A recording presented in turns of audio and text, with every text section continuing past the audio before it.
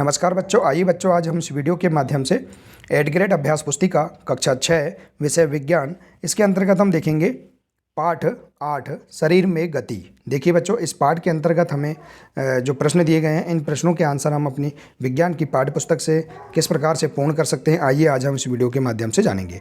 देखिए बच्चों, हमें प्रश्नों के आंसर पाठ्य पुस्तक के अनुसार ही पूर्ण करना है। बच्चों, यदि आप इसी प्रकार से आगे के सभी वीडियो देखना चाहते हैं तो आप हमारे इस चैनल को सब्सक्राइब कर लें, बेल आइकन को प्रेस कर लें, ताकि आने वाले सभी महत्वपूर्ण वीडियो आप तक पहुंचते रहेंगे और आप चैनल की प्लेलिस्ट में जाकर भी इसके आगे के और अन्य विषय के वीडियो भी देख सकते हैं। तो आइए देखते हैं पाठ 8 शरीर में गति, इसके सभी प्रश्नों के आंसर।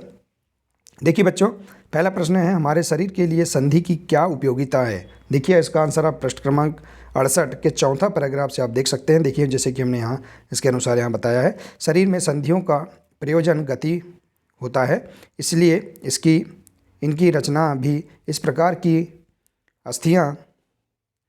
की हैं कि अस्थियां गति कर सके और साथ ही अपने स्थान से ना हटे। तो इस प्रकार से आप इस प्रश्न का आंसर बता सकते हैं। इसके बाद देखिए बच्चों, अगला प्रश्न है, कशेरुका किसे कहते हैं। एक मेरुदंड में कितनी कशेरुकाएँ होती हैं। देखिए इसका आंसर आप पृष्ठ क्रमांक 71 में देख सकते हैं। तो देखिए, मेरुदंड अनेक छोटी छोटी अस्थियों से बना होता है, जिसे क्या बोलते हैं, कशेरुका कहते हैं, और मेरुदंड में 33 कशेरुकाएँ होती हैं। तो इस प्रकार से आप इसका आंसर बता सकते हैं। इसके बाद है, घोंगा किस प्रकार चलता है। तो इसका आंसर आप पृष्ठ क्रमांक 73 में देख सकते हैं। घोंगे को चलने में कोई सहायता नहीं करता, यह घोंगे के साथ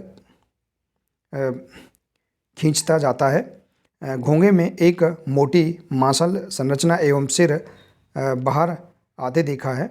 मोटी संरचना इसका पाद या पैर है, जो दृढ़ पेशियों का बना होता है। तो इस प्रकार से आप यहाँ इस प्रश्न का आंसर बता सकते हैं कि घोंगा किस प्रकार से चलता है। ठीक है बच्चों, आप पाठ्य पुस्तक के अनुसार इसका आंसर लिख सकते हैं।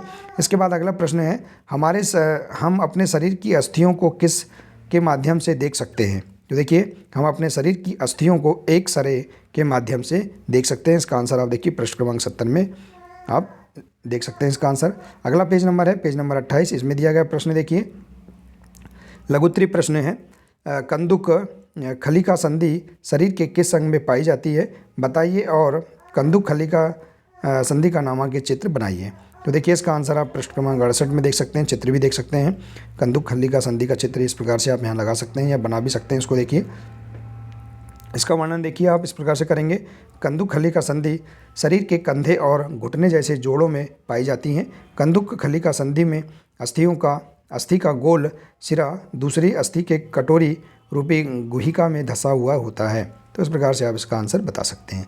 इसके बाद अगला प्रश्न है, एक अस्थि को गति देने के लिए पेशियां किस प्रकार कार्य करती हैं। तो देखिए इसका चित्र आप इस प्रकार से लगा सकते हैं पृष्ठ क्रमांक 72 में 6वां पैराग्राफ में। तो देखिए, किसी अस्थि को गति प्रदान करने के लिए दो पेशियों को संयुक्त रूप से कार्य करना होता है।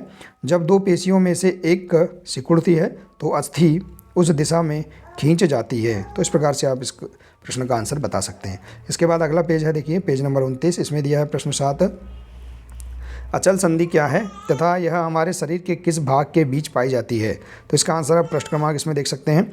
जो अस्थियां संधियों पर हिल नहीं सकती, ऐसी संधियों को अचल संधि कहते हैं। ऊपरी जबड़े एवं कपाल के मध्य अचल संधि है। तो इस प्रकार से आप इस प्रश्न का आंसर बता सकते हैं। इसके बाद अगला प्रश्न है, केंचुए के शरीर की रचना किस प्रकार होती है, यह कैसे गति करता है, चित्र सहित समझाइए। तो देखिए आप इस प्रकार से केंचुए की गति को आप चित्र के माध्यम से बता सकते हैं। इस प्रकार से लिखेंगे, देखिए पृष्ठ क्रमांक 73 में इसका आंसर मिल जाएगा। केंचुए का शरीर एक सिरे को दूसरे से सटाकर रखे गए अनेक छल्लों से बना प्रतीत होता है। केंचुए के शरीर में अस्थियां नहीं होती हैं। तो इस प्रकार से आप इसके बारे में यहाँ लिख सकते हैं। इसके बाद देखिए अगला प्रश्न है, उपास्थि से आप क्या समझते हैं, कोई एक उदाहरण दीजिए। तो देखिए, उपास्थि कंकाल के कुछ अतिरिक्त अंग भी हैं जो हड्डियों जितनी कठोर नहीं होते और जिन्हें मोड़ा जा सकता है, उन्हें क्या कहते हैं, उपास्थि कहते हैं। जैसे कान के ऊपरी भाग में उपास्थि होती है, नाक की हड्डी, ये भी क्या उपास्थि है। तो इस प्रकार से आप इस प्रश्न का आंसर पृष्ठ क्रमांक 72 से लिख सकते हैं। इसके बाद देखिए अगला पेज है पेज नंबर 30। इसमें दिया है दीर्घ उत्तरीय प्रश्न। देखिए बच्चों, पसली पिंजर क्या है, चित्र सहित समझाइए। तो देखिए, पसली पिंजर का चित्र आप इस प्रकार से बना सकते हैं। देखिए पृष्ठ क्रमांक 70 में दिया है ये पसली पिंजर। और इसके बारे में इस प्रकार से लिख सकते हैं, पसलियाँ वक्ष की अस्थि और एवं मेरुदंड से जुड़कर एक बक्से की रचना करती हैं। इस शंकुरूपी बक्से को पसली पिंजर कहते हैं। वक्ष के दोनों तरफ 12 पसलियाँ होती हैं। हमारे शरीर के कुछ महत्वपूर्ण अंग इसमें सुरक्षित रहते हैं। तो इस प्रकार से आप यहाँ पर इस प्रश्न का आंसर लिख सकते हैं। इसके बाद देखिए अगला प्रश्न है बच्चों, अगला पेज नंबर है 31। इसमें प्रश्न है 11वां, शरीर के विभिन्न अंगों को घुमाइए एवं बताइए कि कौन सा अंग किस तरह घूमता है या मुड़ता है एवं उसमें उपस्थित संधि का नाम बताइए। तो देखिए पृष्ठ क्रमांक 67 में देख सकते हैं सारणी को। तो देखिए शरीर का भाग पूर्णतः घूमता है या अंशतः और संधि का नाम। गर्दन में देखिए गर्दन यह अंशतः घूमता है और इसमें धुराग संधि रहती है।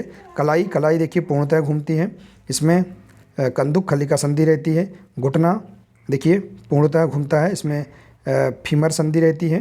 कोहनी अंशतः घूमता है, इसमें कोर संधि रहती है। और भुजा पूर्णतः घूमती है, इसमें हिंज संधि रहती है।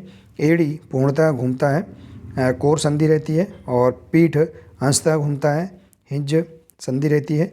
इसके बाद सिर अंशतः घूमता है, धुराग्र संधि रहती है। और हाथ की अंगुलियां पूर्णतः घूमती हैं, कंदुक खलिका संधि रहती है। तो इस प्रकार से आप यहाँ पर इस प्रश्न का आंसर आसानी से बता सकते हैं। इसके बाद देखिए अगला प्रश्न है, क्या कारण है कि कुछ पक्षी हवा, भूमि तथा जल तीनों स्थानों में गति कर पाते हैं, स्पष्ट कीजिए। देखिए आप विज्ञान की पाठ्यपुस्तक के पृष्ठ क्रमांक 74 में देख सकते हैं क्रियाकलाप 8 से इसका आंसर इस प्रकार से लिख सकते हैं, पक्षी हवा में उड़ते हैं तथा भूमि पर चलते हैं। बतख, हंस जैसे कुछ पक्षी जल में तैरते भी हैं। पक्षी इसलिए उड़ पाते हैं क्योंकि उनका शरीर उड़ने के लिए अनुकूलित होता है। उनकी अस्थियों में वायु प्रकोष्ठ होते हैं, जिनके कारण उनकी अस्थियां हल्की परंतु मजबूत होती हैं। पैरों की अस्थियां चलने एवं बैठने के लिए अनुकूलित होती हैं। इसी प्रकार कुछ पक्षी हवा में, कुछ पक्षी भूमि में तथा कुछ पक्षी जल में गति कर पाते हैं। तो इस प्रकार से हम देखिए इस प्रश्न का भी आंसर आसानी से बता सकते हैं।